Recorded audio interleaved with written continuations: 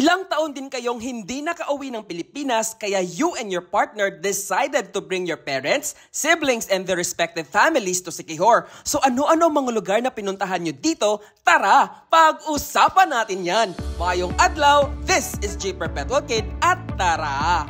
Let's explore Siquijor! Lovelyz and Noel, together with their daughters, are both OFWs in the UK, and they decided to explore Siquijor with their families. First destination ay ang Pitogo Cliff with 30 pesos entrance fee. Malawak po ang lugar at madaming spots para magpa-picture. Although wala ni isa sa kanila ang nagpa-pic sa spot na to dahil sobrang haba ng pila that day. By the way, congrats sa newly engaged couple. After magpa-picture, magpalamig muna tayo with ice cream worth 30 to 35 pesos. After 20 minutes, we travel papuntang Old Enchanted Balete Tree with 20 pesos entrance fee. Everyone enjoyed the fish spa. Nakakakiliti ang mga kagat ng mga isda at nakaka-relax ang pag-submerge ng mga paa sa malamig na tubig from the pond. At syempre, nagpasalubong shopping muna at kumain ng bagong lutong torta at nag-ice candy. After that, tara na sa San Isidro Labrador Church at Lazi Convent.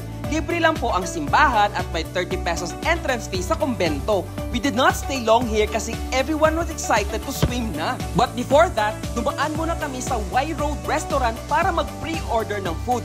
We made a reservation from 1:30 PM para pagbalik namin ay kakain na agad kami. A few minutes after, andito na tayo sa Cambugahay Falls na may 50 pesos entrance fee. Bonding moments ng mga bagets kasama ang kanilang mga parents habang nagtatampisaw sa malamig na tubig ng falls. At syempre, may moments din ang mag-partner. Almost 2 hours din silang naligo while waiting na makasakay sa bamboo raft. Unfortunately, sa sobrang dami ng tourists during the recent long weekend, hindi na nila naantay pa na matawag ang kanilang number dahil sobrang layo pa nito at gutom na ang lahat. Kaya bumalik kami ng Y Road Restaurant upang mag-late lunch ng almost 2 PM. This is their Budol Fight Set C worth 3,400 pesos, good for 10 persons. And I must say masarap at malasa yung mga pagkain. Kaya sulit at worth the price. After mabusog, ay bumiyahe na papuntang Salagdoong Beach na may 50 pesos entrance fee. Picture-picture with family sa magagandang spots ng beach. Most of the adults ay nag-relax lang sa may dalampasigan while the kids were swimming. And by 5 PM ay pinaalis na kaming lahat dahil magsasarado na ang beach. Habang papauwi ay dinaanan namin ang Hapitanan Room Shot. Laking pasalamat namin na may liwanag pa kahit malapit na mag 6 PM kaya nakapagpa-picture pa din sila. And after here ay umuwi na sila sa kanilang hotel. By the following day ay dinala ko sila sa Dapdap Beach na malapit-lapit lang from Port of Siquijor.